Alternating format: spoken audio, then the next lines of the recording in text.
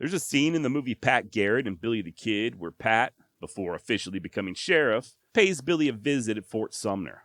The two sit down in the cantina as Garrett attempts to talk the kid into leaving the territory.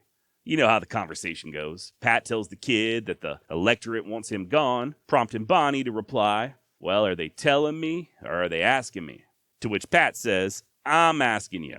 It's such a great movie. Garrett gives the kids something like 5 days to clear out, and their exchange ends with the two bidding each other adios, along with Billy warning Pat not to press his luck. How accurate was this meeting? Did Garrett really give Billy a chance to skin out? According to John P. Meadows, yes he did. Now Meadows knew both Garrett and the kid, and when Billy busted out of that jail in Lincoln, he laid low at Meadows' place for at least one night while on his way back to Fort Sumner. John lived all the way till 1936, gave many an interview later in life, and he helped to write a book titled Billy the Kid as I Knew Him. And according to Meadows, quote, Garrett himself told me time and time again that when he was elected sheriff of Lincoln County, his first object was to put an end to the kid's continued defiance of the law without any bloodshed. He said, I had figured out just how to do it. Before I was elected sheriff, I saw the kid and talked it over with him. We had a game of poker together, and while we were playing, I told him the best thing he could do was to get up and be gone for 3 or 4 years. Then he could come back and there would be nothing said or done about what had happened during the Lincoln County War. But the kid could not see the point of my advice and decided to stay. End quote. So was John Meadows telling the truth? It's hard to say. While he certainly did know both men, it's very hard to corroborate many of his statements, this one included. In fact, Meadows is a source that historian Robert Utley only used with what he referred to as a nagging hesitation. I don't know if Pat and Billy had a come-to-Jesus moment or not, but it is fun to think about. It also made for one hell of a good opening scene between James Colbert and Chris Christopherson. My name's Josh, and you're listening to the Wild West Extravaganza.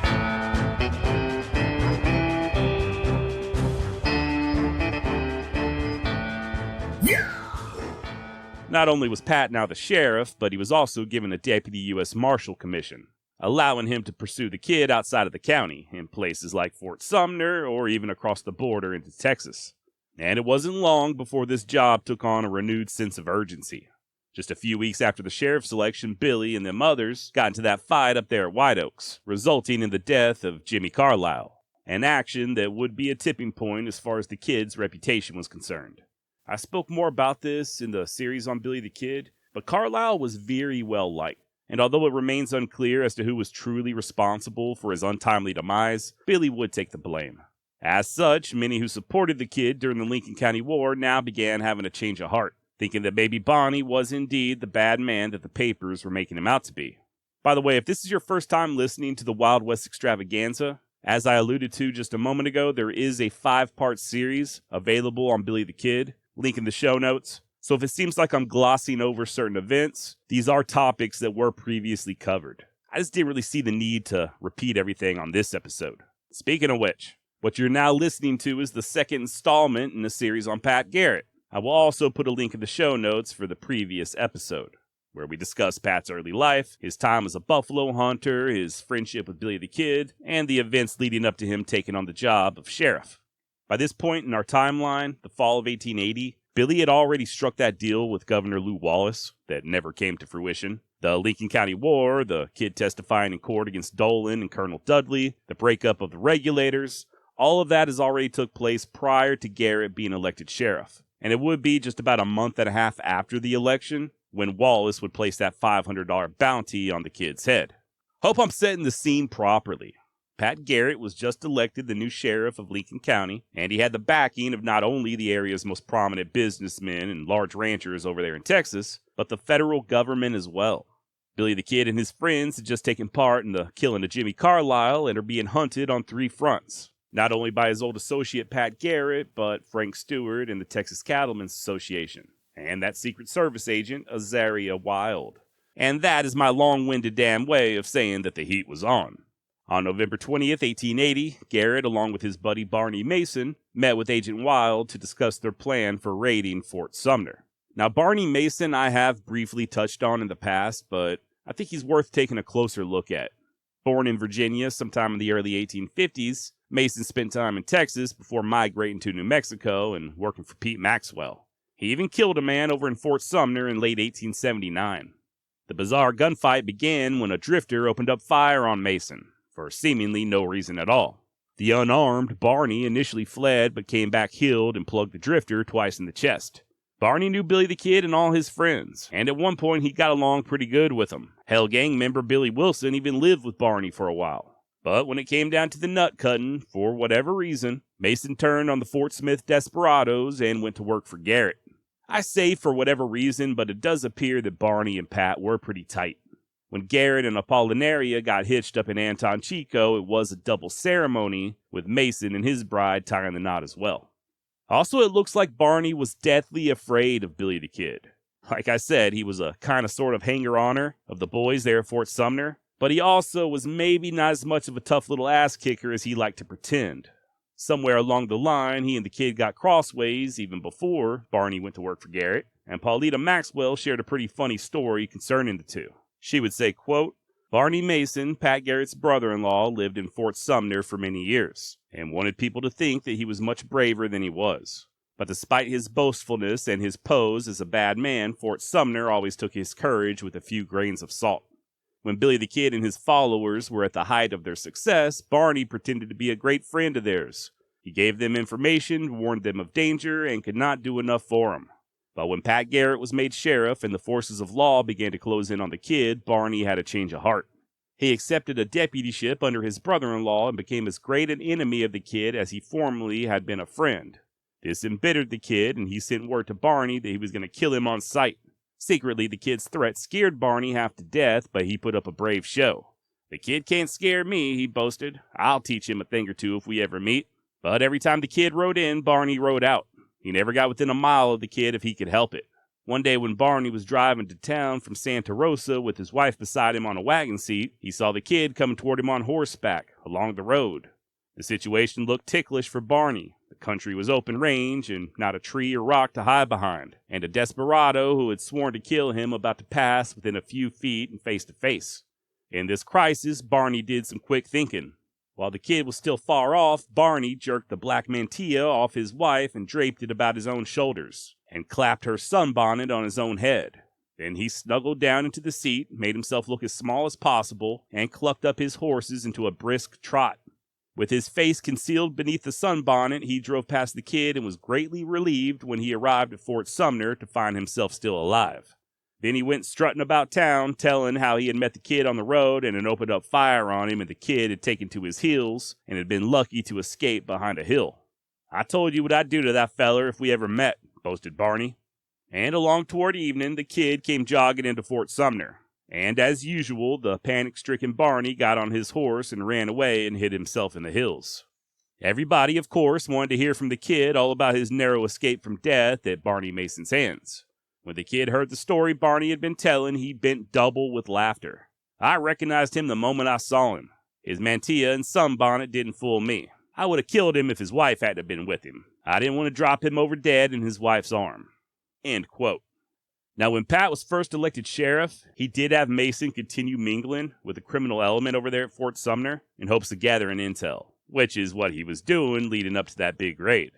As for Pat, he organized a posse over in Roswell, which included Bob Olinger, and Frank Stewart and his Texas boys were also brought in.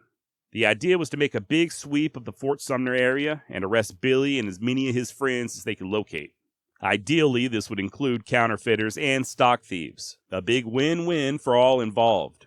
Late in the evening of November 29th, Garrett, Olinger, and around 20 others rode out of Roswell and straight to Dan Diedrich's ranch. Unfortunately, none of the men they were looking for were present, but they did flush out a couple of guys who had recently escaped jail over in Las Vegas, one of which was the notorious J.J. Webb.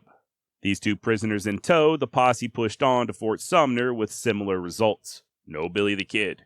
And it's there at Sumner where Garrett received a letter informing him of the recent killing over in White Oaks. He was also told by a little birdie that Charlie Bowdry, Tom Folliard, and Tom Pickett were hiding out nearby at the Yarby Ranch. Seeing as how Pat had a federal warrant for Bowdry, the posse headed out once more. On the way to the Yarbys, they spotted a lone horseman who turned out to be Tom Folliard. Upon spying the posse, the bandit spurred his horse into action and took off riding like the devil, firing his Winchester behind him while doing so. Although Garrett and the others attempted to give chase, and even though they were able to put a bullet in Tom's horse, he still got away. Of course, by this point, the element of surprise was gone. By the time Garrett and the posse reached Yarby's ranch, nobody remained but Charlie Bowdry's wife, and she wasn't saying peep. The next stop was Los Portales, sort of an oasis rock formation that the kid would sometimes stop at while trailing stolen livestock. Garrett and his men found a couple of head of stolen cattle, a pile of blankets, and some old musty flour in one of the caves, but no outlaws. From there, they pushed on to the Wilcox Brazil Ranch, another known hangout of Billy and Company, and owners Thomas Wilcox and Manuel Brazil were just two of the locals that were becoming mighty weary of wanted criminals using their property as a hideout. The posse would have lunch there at the ranch, and Wilcox told Pat that Charlie Bowdry was ready to make a deal. In turn, Garrett passed a message to Charlie, asking to meet up the next day just outside of Fort Sumner, adding that Bowdry should come unarmed. Well, he didn't. Charlie showed up with a loaded pistol on his hip like the dangerous man he was, and he and Pat exchanged some not-so-nice words. Finally, they came to an agreement. If Bowdry would stop riding with the kid and basically cut him and the others off, there would be an air quotes effort to get him released on bail, after which he could work to redeem himself. Bowdry somewhat agreed, saying that he would sever his relationship with Billy, but should he or the others stop by his place, he would likely have no other recourse but to feed him a meal and let him rest. Pat left Charlie with a warning. I told him if he did not quit them or surrender, he would be pretty sure to get captured or killed. As we were after the gang, it would sleep on their trail until we took them in, dead or alive. That part about sleeping on the trail wasn't necessarily true. Garrett's men had been riding hard for over a week. Every single one of them was in need of a warm bed, and even their horses needed to rest. That being the case, Pat ended up disbanding the posse and sending everyone back to Roswell except for Barney Mason, who accompanied the sheriff to Las Vegas with those two prisoners they captured over at Diedrich's place. On the way there, Pat received word from an advance rider that a posse from Vegas had ridden out to retrieve the prisoners, and that they'd be waiting in the village of Puerto de Luna. Okay, fine. Great news for Pat and Barney. It was nearly 80 miles from Puerto de Luna to Vegas, so this would save Garrett a considerable amount of travel if he could just offload the prisoners and then return back to the task at hand. Problem is, this so-called posse wasn't exactly the most competent bunch of buckaroos who ever set a saddle. They rode out to meet Pat and Barney just a few miles outside of the village, some 20-odd strong and resembling what Garrett would later describe as a, quote, whirlwind of lunatics. They were a haughty bunch, huffing and puffing about what big badasses they were and prancing their ponies around the prisoners who were getting more and more nervous by the second. J.J. Webb, himself a former lawman and acutely aware of the fact that he was about to be lynched, offered Pat $10 if he'd stay with him until they reached Vegas. Garrett agreed, but refused the money. Once in Puerto de Luna, Pat had the prisoners fitted with irons as he swung by Padre Polacco's store for a chat. Polacco, real name Alexander Grzechowski, was a former priest who had been friendly with the kid. At least he had been until Billy stole several of his horses. I guess Pat had the idea to maybe question the Padre, but was soon interrupted by a pair of local toughs. First up to bat was Juan Mays, who approached Garrett with his hands up, sarcastically mocking the sheriff by saying, "Here I am, take me." To Garrett's credit, he dismissed the fool and returned to his conversation with the Padre. That's when Marino Leyva decided to try his luck, stepping up and letting Pat know that he couldn't take him, to which Garrett replied that he didn't want him. Leyva wouldn't let it go, though. Kept on running his mouth until Pat shoved him to the ground and told him to get the hell gone. Marino did indeed leave, but he came back a few minutes later with a pistol in his hand, letting loose a couple of ineffectual shots before Garrett was able to clear leather and put a slug through the would-be gunfighter's shoulder. Next thing you know, here comes what passed for the law there in Puerto de Luna, telling Pat that he needed to hand over his weapons and that he was under arrest, prompting Barney Mason to ask Pat if he wanted him to, quote, cut the son of a bitch in two. Pat urged calm, but refused to either hand over his guns or allow himself to be taken into custody. The next morning, he simply settled the matter with the local justice of the peace before joining the posse on the road to Las Vegas. Now, once they arrived at their destination and the prisoners were turned over to the proper authorities, Garrett met up with Frank Stewart and his Texas gunmen to go over their options. Pat was pretty sure that in his absence, Billy Bonney had moved back to Fort Sumner, so they all decided to head back down that way and see what they could stir up. That being the case, early in the morning of December 18th, before the sun even cracked the horizon, Garrett, Barney Mason, and Frank Stewart, along with 10 of his cowhands, all came slinking into Fort Sumner on the sly. They had just spent around 15 hours in the saddle and were tuckered out, so they got themselves a room and settled down, just figuring on keeping a low profile and hopefully getting some rest as they waited for the kid to show up. Turns out nap time would have to wait, though, as they soon got word that Billy was hiding out in a nearby abandoned building. The posse gathered, quiet as a bunch of church mice, as Pat gave the order not to take any chances and to shoot to kill. With that, he raised his leg and hammered the door open with one swift kick of the boot. Fortunately for the innocent man inside, Garrett and the others held their fire long enough to realize that he was not Billy the Kid. Poor bastard was just a mailman from over in Vegas who now needed a fresh pair of underwear. With that bit of excitement out of the way, the posse returned to their quarters, and the day passed without incident. Following morning, Pat began working a few of the locals. First up was Juan Gallegos, the teenage stepson of Thomas Wilcox, who let it slip that Billy and his pals were currently hiding out at the Wilcox Brazil Ranch, much to the chagrin of Seniors Wilcox and Brazil. Next, Pat found Billy's sympathizer Jose Valdez and forced him to pen a letter stating that Garrett and the posse left Fort Sumner and that the coast was clear. Garrett then wrote a separate note to Wilcox and Brazil before giving both notes to young Gallegos. And Juan did as he was told, delivering both letters, and believe it or not, Billy and the boys took the bait hook, line, and sinker. Now by this point, probably for her own safety, Charlie Bowdry's wife was living inside the old Indian hospital portion of Fort Sumner. Figuring that's where the kidding gang would stop first, Pat placed a guard as he and the others waited patiently inside, along with a few Hispanic residents who Pat suspected would sound alarm. Sure enough, that evening, around 8 p.m., here comes posseman Lon Chambers passing the word that horsemen were approaching. Men in their positions, the lawmen waited as the Kid, Billy Wilson, Tom Pickett, Dave Rudaball, Charlie Bowdry, and Tom Folliard approached, with Folliard in the lead. Just when the time was right, Pat called out for him to halt, and Folliard, always game, went for his sidearm. All hell then broke loose as the posse opened up fire and the outlaws wheeled their horses and galloped away to safety. All except for one, at least. Tom Folliard's horse remained, him slumped over the saddle and crying in agony. Garrett would later recall, quote, "You never heard a man scream the way that he did." Tom pleaded with the posse, saying that he was kilt and to stop shooting, prompting Barney Mason to use that line that Viggo Mortensen borrowed in Young Guns 2. "Take your medicine, boy." The outlaw was taken inside and laid on a blanket, where he would linger in pain for the next 45 minutes, altering between cursing Pat, asking for Garrett to finish him off, and panicking and begging not to be shot again. Finally, Tom asked for water, which was given to him. He drank, laid back, shuddered, and died. A couple of days later, Manuel Brazil showed up at Sumner and reported that Billy and the others had just left his place, prompting Pat and the boys to saddle up. And Garrett knew exactly where the Kid was headed, a little tiny rock house at a place they called Stinking Springs, just a few miles away from the Brazil Ranch. Now, instead of repeating myself, I will once more refer you to the series on Billy the Kid, Episode 5, Q&S, if you're interested in hearing all the details as to what exactly occurred there at Stinking Springs. Long story short, Pat and his men surrounded the house, and at daybreak they shoot and kill Charlie Bowdry, thinking that he was the Kid.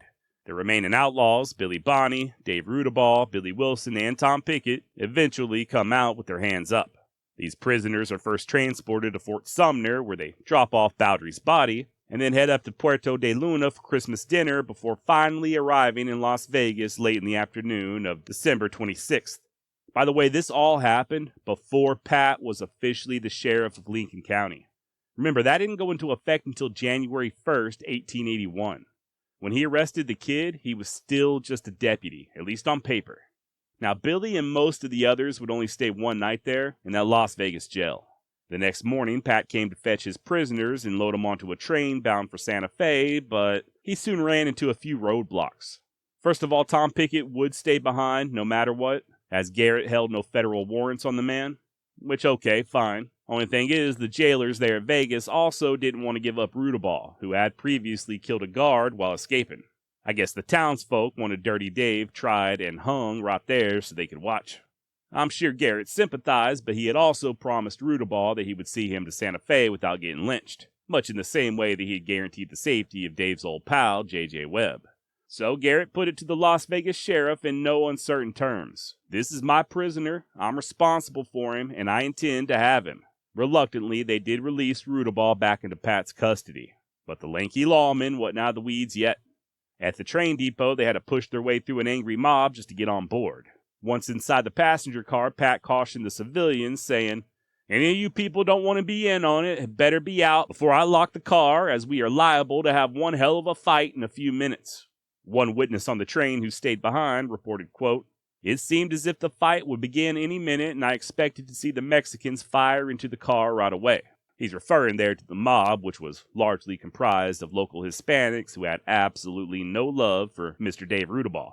The witness continued, 9 men with cocked rifles sturdily standing off a mob of hundreds. Those men never flinched an iota. Such bravery, even to recklessness, was new to me." End quote. Some of the vigilantes even rushed the conductor and shoved a gun in his face, telling him that he was a dead man if he tried to pull the train forward. Finally, here comes the Las Vegas sheriff, heavily armed and demanding that Dave Rudaball be handed back over. I guess with that mob behind him, he was suddenly brave enough to stand up to Garrett. Still, though, Pat held firm, replying with a resolute, "Come and take him."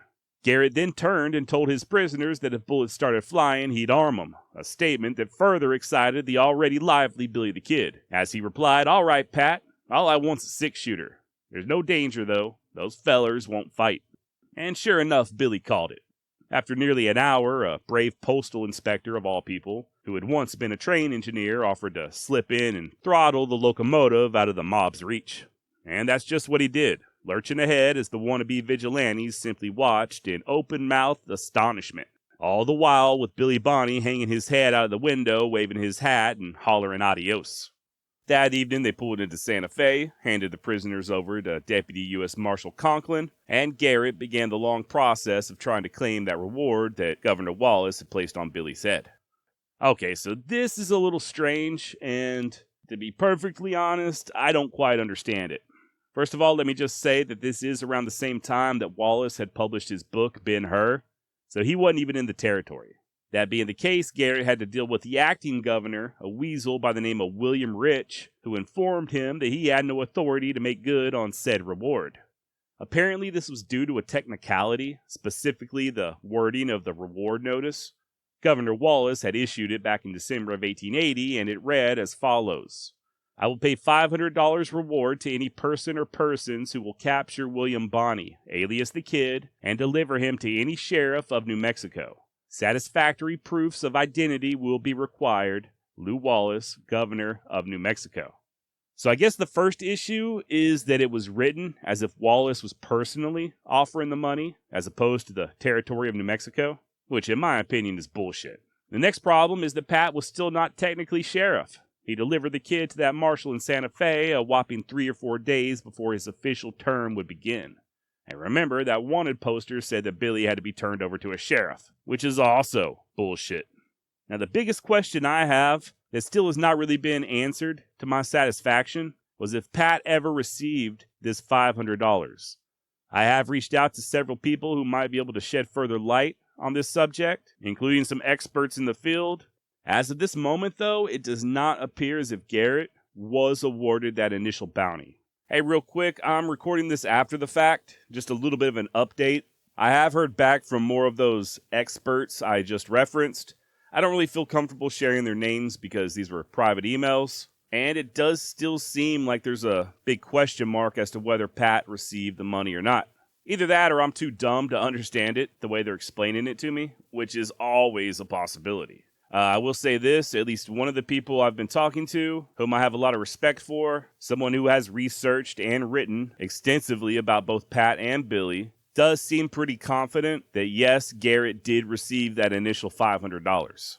I don't have any references I can point you to. I have no original sources. I can't say when he received this money, so it is still a little bit iffy, to me at least. And just to be clear, so there's no confusion, Pat Garrett would ultimately be paid a $500 reward after killing Billy the Kid. That absolutely did happen, despite what you may have heard, and we will be discussing that on next week's episode.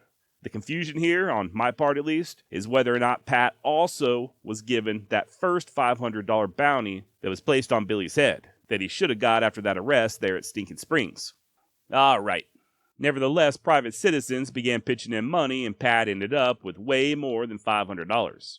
His pockets full of dough, he then returned to Lincoln and busied himself with the usual mundane tasks of a county sheriff, doing paperwork, collecting taxes, serving writs, all that fun stuff.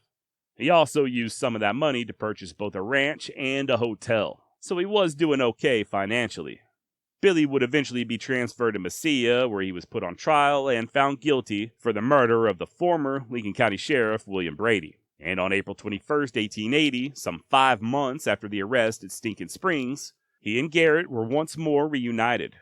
Judge Bristle, the same judge who had passed that guilty verdict, ordered that the kid be transported back to Lincoln and placed in Garrett's care until May 13th, at which point he should be hung by the neck until he be dead. This posed a bit of a problem, as Garrett now had to figure out how to keep Billy from escaping a town that, according to the sheriff, never had a jail that could, quote, hold a cripple. Finally, Pat decided to house the kid on the second floor of the Lincoln County Courthouse, formerly the Murphy Dolan store, in a room all by himself that also just happened to be directly next to Garrett's office. And while incarcerated, he would be guarded by deputies James W. Bell and Bob Pecos Olinger. Now let's talk about old Bob Olinger. Whereas I do think Pat Garrett has been somewhat falsely maligned over the years, it appears that Olinger deserves all the hate that he still receives. He was the same age as Pat, originally from Indiana, which I think explains quite a bit, and spent time in both Kansas and Indian Territory before migrating down to the Seven Rivers area of New Mexico shortly before the Lincoln County War broke out. Bob was an active participant, and in October of 1880, he was one of the men who Agent Azariah Wild commissioned as a deputy U.S. Marshal. Olinger spent weeks with Pat hunting down the bandits, and in April of 81, Olinger was one of the guys who went up to Mesilla to fetch the kid. This doesn't mean that Sheriff Garrett was fond of Bob. To quote Pat, Olinger was a born murderer at heart, and I never slept out with him that I did not watch him. Of course, back then, we had to use for deputies such materials as we could get. Olinger was a bully and considered by some as the meanest man in New Mexico. Others, in contrast, recognized him as a coward who hated those whom he couldn't bluff. And I don't know about you, but that sounds like a classic case of what I've heard referred to as Little Dick Syndrome. Similar to Little Man Syndrome, but someone suffering from Little Dick Syndrome doesn't have a sense of inadequacy based on their height so much as the size of their you-know-what. Just a little word of the wise for all you fellers out there.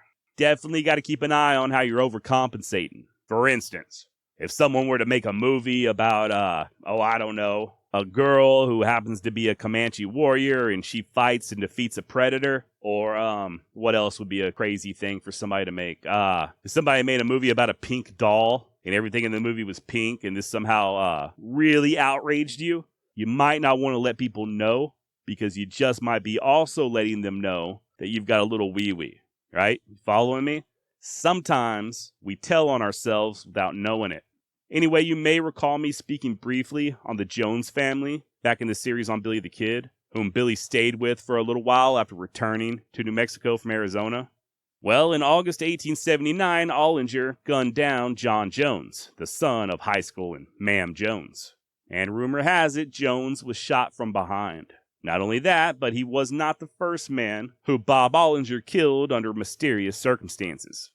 So yeah, it's only natural that Olinger would continue his bullying ways there at the courthouse, constantly taunting the kid and threatening him with that double-barreled shotgun. And it's not even just that, man. Olinger was just cocky, to the point that he even refused to take proper precautions when guarding Billy, causing Sheriff Garrett to reprimand him.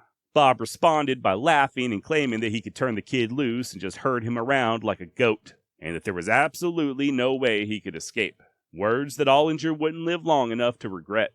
Now, it was the total opposite with Deputy Bell. Everybody seemed to like him, including Billy, and even though Deputy Bell was really good friends with Jimmy Carlisle, and thus had a legitimate reason to hate the kid, he didn't let it show. He treated him fairly. Of course, fair or not, that wasn't going to stop what was coming. Bell may have been nice and all, but the kid was a killer, and he wasn't going to let such a thing stop him from escaping. And I don't know that I blame him. I guess if it was between me and the hangman's noose, I'd be in a killing mood as well. And you better believe when the kid got his chance on April 28th, 1881, he took it. To this day, nobody knows exactly what happened, but while Bob was escorting the other prisoners across the street for dinner, the kid and Belle got into a scuffle. Billy got his hands on a pistole, and that was all she wrote for old Deputy Bell. Bob heard the commotion and came a-running, only to have the kid call out to him from the second-floor window of the courthouse. He looks up, and the last thing he sees is his own double-barreled shotgun in Billy's hands. The kid let loose with both barrels, and the alleged backshooter Bob Olinger was dead before he hit the ground. And just like that, Billy the Kid was free yet again, with a couple more scalps on his belt. Now, Garrett was not in town when this occurred. Some say that he may have been purchasing the lumber to have Billy's gallows constructed, and others speculate he was doing his normal, more mundane job of collecting taxes. And to Pat's credit, he would mostly take responsibility, saying, quote, "I knew the desperate character of the man whom authorities would look for at my hands on the 13th of May, alluding to the kid's execution date, that he was daring and unscrupulous, and that he would sacrifice the lives of 100 men who stood between him and liberty. And now I realize how inadequate my precautions were." End of quote. Now, this taking of ownership wasn't wholly complete, as Garrett also let it be known that the orders he gave Bell and Olinger were not properly carried out. Not that it mattered much. Garrett knew they were being slack, especially Bob, and he didn't relieve either man from duty, nor did he let their lack of discipline prevent him from leaving town. The responsibility ultimately fell on him, as it should have. Pat didn't arrive back in Lincoln until the day after the escape, but he quickly organized a volunteer posse to track the kid down, with 0 results. Next, he dispatched Barney Mason to see what he could find out. The deputy was able to track Billy all the way to Fort Sumner. I don't suppose it took no genius to figure out that's where he was headed, and with a tip from the locals, he soon found Billy in the company of a few Mexican sheep herders. Noticing that the kid was armed to the teeth and not looking all that friendly, Mason did what he had always done and put spurs to his mount and skinned on out. He did then attempt to raise a posse in nearby Fort Sumner, but couldn't find no takers, so he just went on back home. Man, poor old Pat Garrett just could not catch a break when it came to deputies. Now here's where things get interesting. Instead of raising another posse and going back to Fort Sumner, Pat simply bides his time. He stayed close to home, hung out with his wife and kids, and tended to his little ranch. Wasn't long before people started thinking that maybe Garrett didn't have what it took to put an end to the kid. Turns out this is exactly what Pat wanted. He would later say, "If my seeming unconcerned deceived the people and gave the kid confidence in his security, my end was accomplished." I do think it's worth mentioning that Pat didn't really think Billy would stick around Fort Sumner. Tom Folliard was dead, as was Charlie Bowdry. Rudaball, Pickett, and Wilson were all rotting behind bars. There was absolutely nothing but air and opportunity between Billy and the Mexican border, or the Colorado border for that matter, where his old friends, the Coes, were living. It goes against all logic that the kid would stay in New Mexico. He had yet another $500 bounty placed on his head, and besides, it wasn't like he exactly had a home to call his own. I got a little pushback for once refuting the idea that Billy was too smart to be taken by someone like Pat Garrett, and I think people were misinterpreting what I was saying. I did not mean that the kid was stupid, far from it. Matter of fact, I do believe that Bonnie was of above average intelligence. He was no dummy. But to say that he was too smart for Garrett to catch him flies in the face of everything that we've just discussed. Events that we know for a fact happened. Pat was able to lure Billy back to Fort Sumner for the ambush that saw Folliard killed. He was then able to capture Billy over at Stinking Springs. And now, with everybody in the territory gunning for him, the kid was still hanging around Fort Sumner.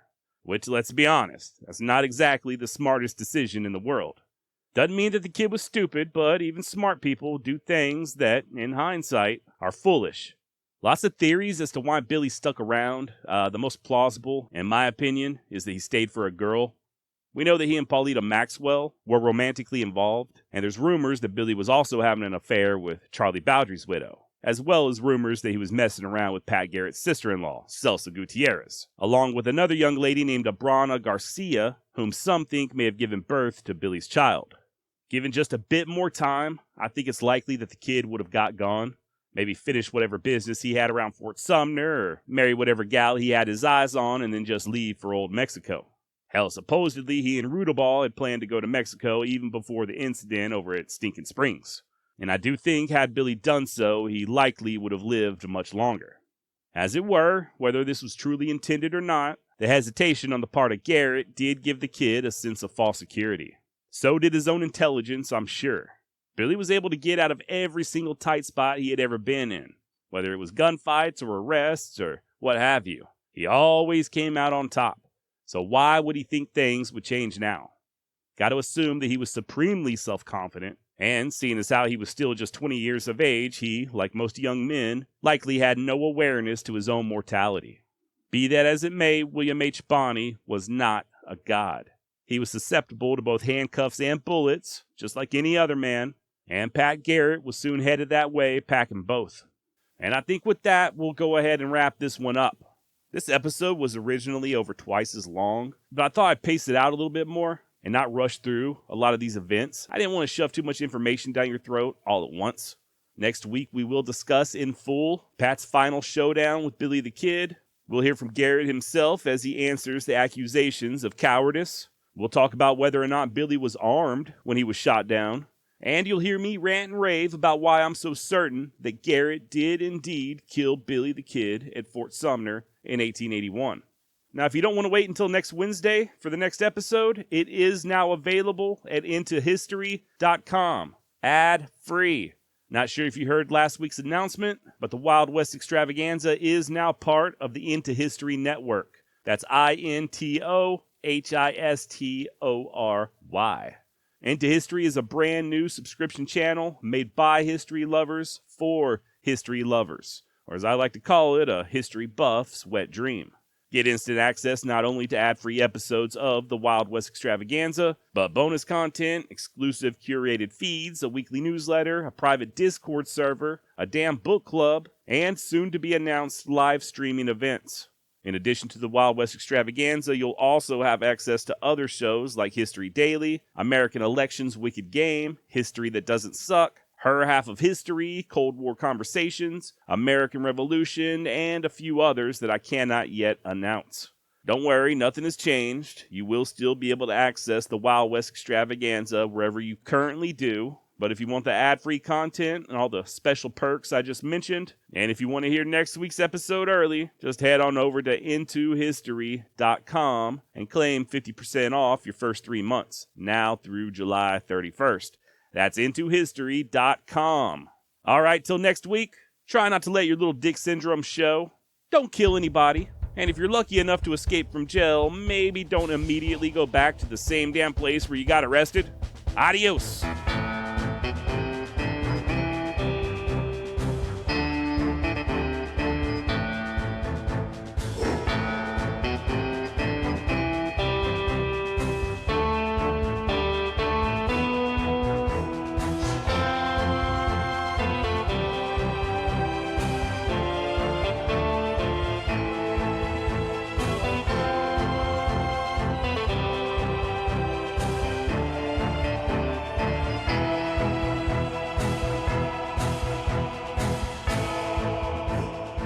Got a little wee-wee.